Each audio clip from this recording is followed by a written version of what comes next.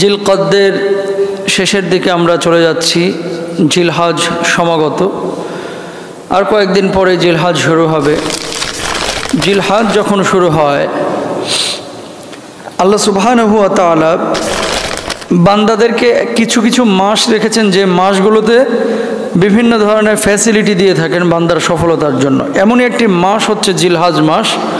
আল্লাহ রাসূল সাল্লাল্লাহু আলাইহি ওয়াসাল্লাম সাহাবীদেরকে বলছেন, এই সাহাবীরা, তোমরা কি জানো যে এমন 10টি দিন রাত রয়েছে, দিবস রয়েছে, যেই 10টি দিনে তুমি যদি আমল করো, সারা বছরের আমলের চাইতে এই 10 দিনের আমলগুলো আল্লাহর কাছে সবচেয়ে বেশি প্রিয় এবং ফজিলতপূর্ণ। বলুন সুবহানাল্লাহ। সাহাবীরা বললেন, ইয়া রাসূলুল্লাহ, যে কোনো আমল আল্লাহর কাছে এত প্রিয় এবং ফজিলতপূর্ণ, মানুষ উপকৃত হয়, তাহলে এই দিবসগুলোতে আমরা যে যুদ্ধ করি, অন্যান্য যে আমলগুলো রয়েছে, আমলগুলোকে যুদ্ধের চাইতেও বেশি ফজিলতপূর্ণ, জিহাদের চাইতেও বেশি ফজিলতপূর্ণ। আল্লাহ নবী সাল্লাল্লাহু আলাইহি ওয়াসাল্লাম বললেন, হ্যাঁ, জিহাদের চাইতেও বেশি ফজিলতপূর্ণ হচ্ছে আমলগুলো। বলুন সুবহানাল্লাহ। তবে যারা আল্লাহর পথে গিয়ে লড়াই করে আল্লাহর রাস্তায় জীবন উৎসর্গ করেছে, তাদের কথা ভিন্ন। এখন কথা হচ্ছে, জিলহজ মাস আসে এবং যায়, প্রতিবারই আমরা আলোচনা করি, আমাদের কিছু করণীয় থাকে, কিছু বর্জনীয় দিক থাকে। জিলহজ মাসের যে প্রথম 10 দিন রয়েছে, এই 10 দিন অর্থাৎ 1ই জিলহজ থেকে নিয়ে 9ই জিলহজ এবং 10ই জিলহজ তো কোরবানি ঈদের দিন, আমরা সকলেই জানি। এই দিনগুলোতে আমাদের জন্য স্পেসিফিক কি কাজ রয়েছে, কি আমল রয়েছে, এগুলো আপনাকে আমাকে জানতে হবে। কেন জানতে হবে? আপনারা হয়তো বা অনেকে কোরবানির নিয়ত করেছেন না? আবার অনেকেই কিন্তু আপনারা কোরবানির নিয়ত করেন নাই।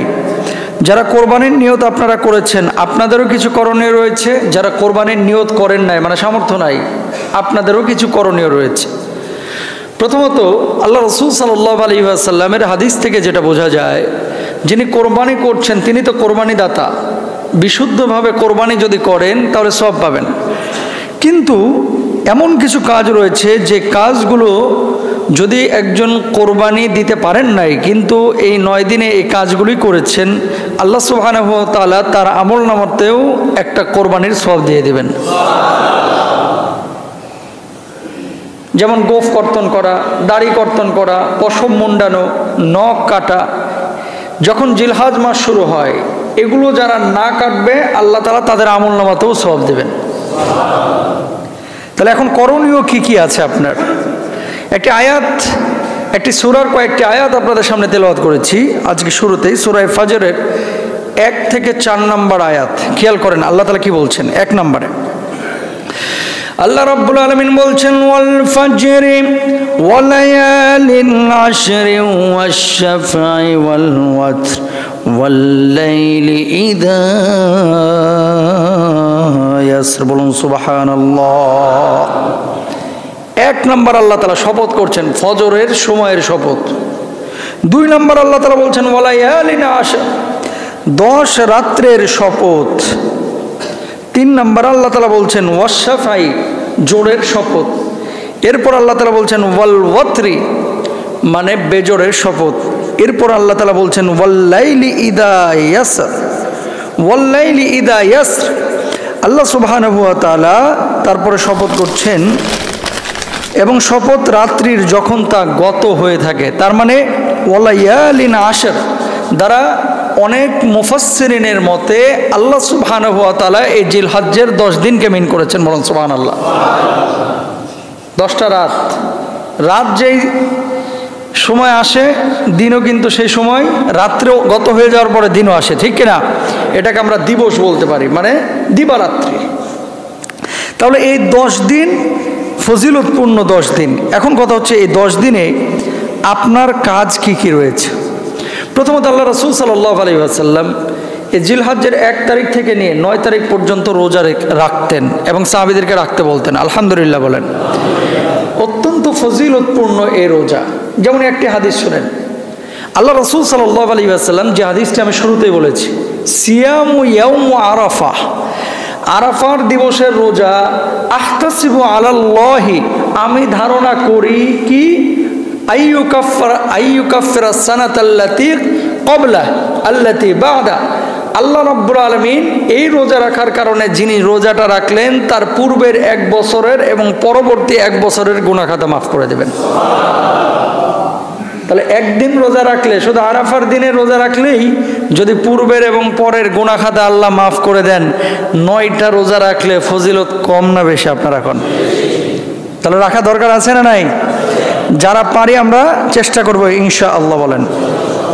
আচ্ছা, 1 নাম্বার, তাহলে আমরা 1 থেকে 9 জিলহজ পর্যন্ত রোজা রাখবো। এই দিনগুলোতে আল্লাহ রাসূল সাল্লাল্লাহু আলাইহি ওয়াসাল্লাম রোজা রেখেছেন। 2 নাম্বার, আরাফার দিন অর্থাৎ 9 জিলহজ্জের যে দিন, যেদিন হাজ্জিরা আরাফাতের ময়দানে অবস্থান করে।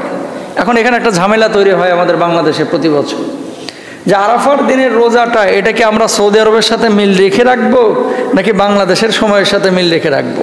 প্রশ্ন জাগে কি জাগে না? কারণ আমাদের একদিন আগে, আমাদের এখানে যেদিন 9 জিলহজ সেদিন কিন্তু সৌদি আরবে 9 জিলহজ না, আগের দিন সৌদি আরবে সাধারণত হয়ে থাকে। তাহলে আমরা করবোটা কি? এটা নিয়ে অনেক যাচাই বাছাই, অনেক বিশ্লেষণ, ব্যাখ্যা, এই আলোচনায় আজকে যাব না। শুধু এতটুকু বলি আপনাদেরকে, এই যে আজকে জুমা আপনি যে পড়তেছেন, এই জুমা আর সৌদি আরবের জুমার সময় কি এক না? আপনি যে ফজর পড়ছেন, এই ফজর আর সৌদি আরবের ফজর কি এক না? আপনার দেশে সূর্য যখন উঠছে, সৌদি আরবের সূর্য ওঠার সময় কি এক? আপনার দেশের চন্দ্র যখন উঠছে, সৌদি আরবের চন্দ্র ওঠার সময়ও এক না, তারতম্য আছে। এই জন্য বাংলাদেশে যারা ইসলামিক স্কলার, যারা বিশেষজ্ঞ, এবং ইসলামিক ফাউন্ডেশনের ভাষ্য হচ্ছে যে আপনি আপনার দেশের হিসাব অনুসারে যেদিন আরাফা সেদিন আপনি রোজা রাখেন, এটা হচ্ছে আমাদের ফতোয়া।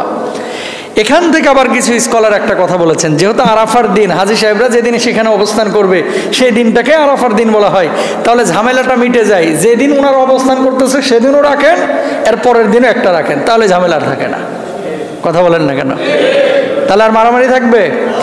ওটাও পাইলেন, এটাও পাইলেন। এখন কথা হচ্ছে ইয়াউম আরাফা, এটা বিশ্লেষণ সাপেক্ষ একটা বিষয়। আমরা চেষ্টা করব 2টা রাখা, যেদিন আরাফার ময়দানে অবস্থান করছে সেই দিন এবং বাংলাদেশে যেদিন হচ্ছে সেই দিন।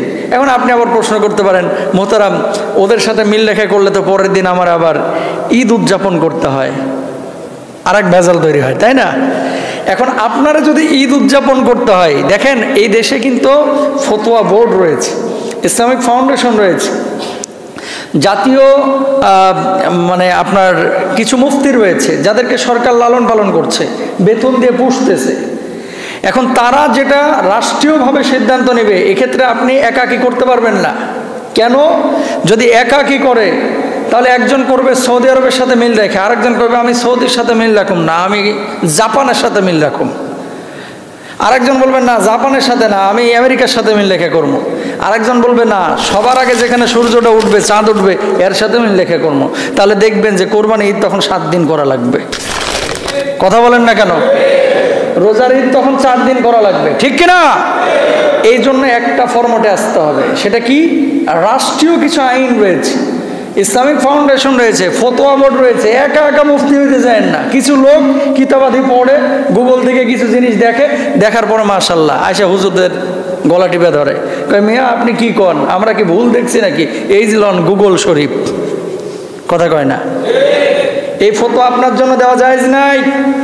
এটা আলেম ওলামা দিবে, এটা মুফতি সাহেবরা দিবে, এটা ইসলামিক ফাউন্ডেশন দিবে। যাই হোক, যেটি বলছিলাম, তাহলে আরাফার দিনে রোজা রাখবো ইনশাল্লাহ, বলেন। যাদের উপরে হজ আবশ্যক তারা হজ করতে হবে। এই 10 দিনে এটা একটা গুরুত্বপূর্ণ একটা আমল। 4 নম্বরে, যাদের উপরে কোরবানি ওয়াজিব তাদের কোরবানি আদায় করা, আর যাদের উপরে কোরবানি ওয়াজিব না, আল্লাহর সন্তুষ্টির অন্যতম মাধ্যম আত্মত্যাগের নিদর্শন কোরবানি আদায় করা। কারণ সম্পদহীন ব্যক্তি কোরবানি আগ্রহ প্রদানে আল্লাহ তাআলা ওই ব্যক্তিকে সচ্ছলতা দান করেন। যাদের সম্পদ নাই, আবশ্যক না, সেও যদি কোরবানি করে আল্লাহ তাআলা তার প্রতি আরো বেশি খুশি হন। কারণ কি? ধরেন জামাতে নামাজে আসতে পারছেন না, আপনার পা ল্যাংড়া হয়ে গেছে, আপনি অন্ধ, আপনি মাজুর, তারপরে খুঁড়িয়ে খুঁড়িয়ে মসজিদে এসেছেন। আল্লাহ তখন ফেরেশতাদেরকে বলে যে বান্দা, ফেরেশতা দেখ আমার বান্দার দিকে তাকায়া, বান্দা উঠতে পারে না, বান্দা হাঁটতে পারে না, বান্দা দেখতে পায় না, তারপরেও জামাতে এসেছে, যা আমি তোদেরকে সাক্ষী রেখে বলছি আমার বান্দাদেরকে মাফ করে দিলাম। যে আমল যত কষ্টের হয় সে আমলটা আল্লাহর কাছে তত প্রিয় হয়। সুবহানাল্লাহ বলেন। তাহলে যাদের উপরে কোরবানি আবশ্যক না তারাও চেষ্টা করবেন কোরবানি দেওয়ার জন্য। আবার ঋণ করে না, কিন্তু কথা কয় না, ঋণ করে না, কিন্তু আছে না যে জমানো কিছু টাকা আছে 20,000 দিয়ে দিই আল্লাহর রাস্তায়, 15,000 টাকা দিয়ে একটা ছাগল কিনা কোরবানি দিয়ে দিই, তা আল্লাহ খুশি হবেন। কিন্তু আমাদের সমাজের যে কোরবানির চিন্তা চেতনা ভাই, দুঃখজনক হলেও সত্য, আমাদের দেশের কোরবানির সিস্টেম এখন হয়ে গেছে মাইনসে কইব কি, আমার কথা কয় না। স্বপন ভাই কোরবানি দিবে, আশাবুদ্দিন ভাই 2টা গরু দিবে, হ্যাঁ সুবান ভাই কোরবানি দিবে, আমরা না দিলে আমার পোলামাইয়া কার গরুর দিকে তাকায় থাকবো, কথা কয় না। এরকম চিন্তা চেতনা কিন্তু অনেকের আছে না নাই? কোরবানি কিন্তু মাইনসে কইব কি এই জিনিস না, হবে কার জন্য? এই জন্য আল্লাহ রাব্বুল আলামিন পবিত্র কোরআনুল কারীমের মধ্যে বলছেন, ইন্না আ'তাইনাকাল কাউসার ফাসাল্লি লিরাব্বিকা ওয়ানহার ইন্না শানিআকা হুয়াল আবতার। আল্লাহ রাব্বুল আলামিন বললেন, ফাসাল্লি লিরাব্বিকা ওয়ানহার, আল্লাহর জন্য নামাজ পড়ো, আল্লাহর জন্য কুরবানি করো। অন্য আয়াতে আল্লাহ তাআলা বলছেন, ইন্না সালাতি ওয়া নুসুকি ওয়া মাহইয়ায়া ওয়া মামাতি লিল্লাহি রাব্বিল আলামিন। আমার নামাজ, আমার কোরবানি, এই সব কিছু হচ্ছে জগৎ সমূহের প্রতিপালক একমাত্র আল্লাহ রাব্বুল আলামিনের জন্য। আপনি যে কোরবানি করবেন, আপনার কোরবানির রক্ত, গোশত, চামড়া কোনো কিছু আল্লাহর কাছে যাবে না, বরং ওয়ালাকিন ইয়ানালুহুত তাকওয়া মিনকুম। কার জন্য কোরবানি করেছেন? আল্লাহর সন্তুষ্টির জন্য নাকি গোশত খাওয়ার জন্য, নাকি ডিপ ফ্রিজ ভরার জন্য? দেখছেন কে?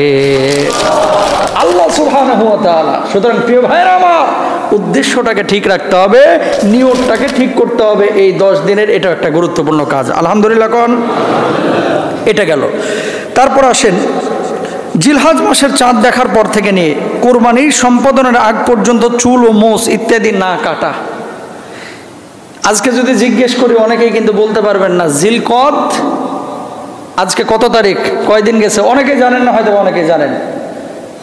লজ্জা পাওয়ার কিছু নাই, লজ্জা পাওয়ার কিছু নাই। এটাই মুসলমান, খালি হিসাব করে ঈদ কবে আসবে আর হিসাবটা করে হাট কবে বসতেছে, কথা কয় না। অথচ মুসলমান এটা জানা দরকার ছিল।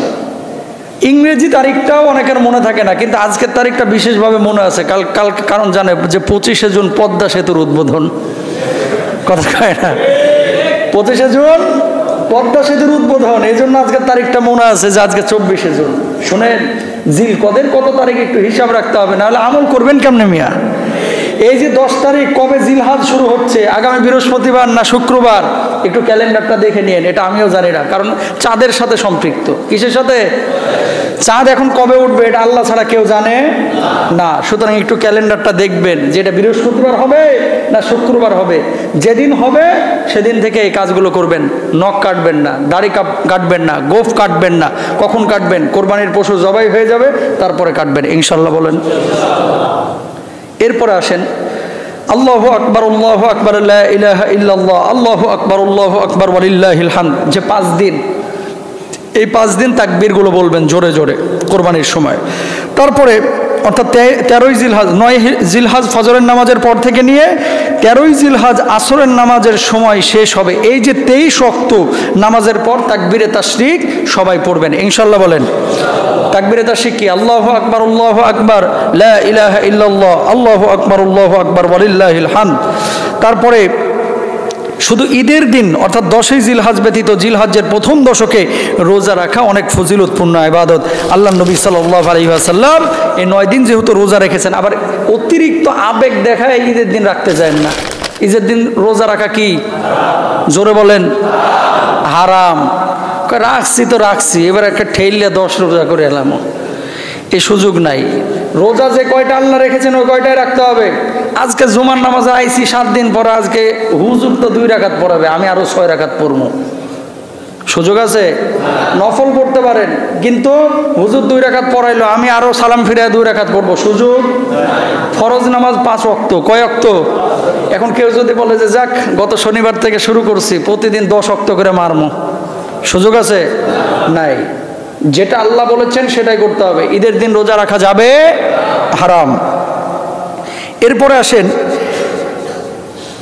আল্লাহ রাসূল সাল্লাল্লাহু আলাইহি ওয়াসাল্লাম এই যে আমলগুলোর কথা বলেছেন, যে তাকবীর বলা, দাড়ি গোফ ইত্যাদি না কর্তন করা, লাভটা কি আপনার? লাভটা হচ্ছে যেই ব্যক্তি এই কাজগুলো জিলহজ্জের শুরুতে করবে, আল্লাহ সুবহানাহু ওয়া তাআলা তার পূর্বের ছোটখাটো গুনাহগুলো মাফ করে দেবেন। এবং 1 বছরের গুনাহ মাফ মানে কি? পূর্বের এবং পরের। যাদের গুনাহটা মাফ হবে এ অবস্থায় যদি সে রোজারত অবস্থায় মৃত্যুবরণ করে, যেহেতু এই 10 দিনের ব্যাপারে আল্লাহ তাআলা শপথ করেছেন, ওই ব্যক্তি জান্নাতে যাওয়ার সম্ভাবনা রয়েছে ইনশাআল্লাহ। বলেন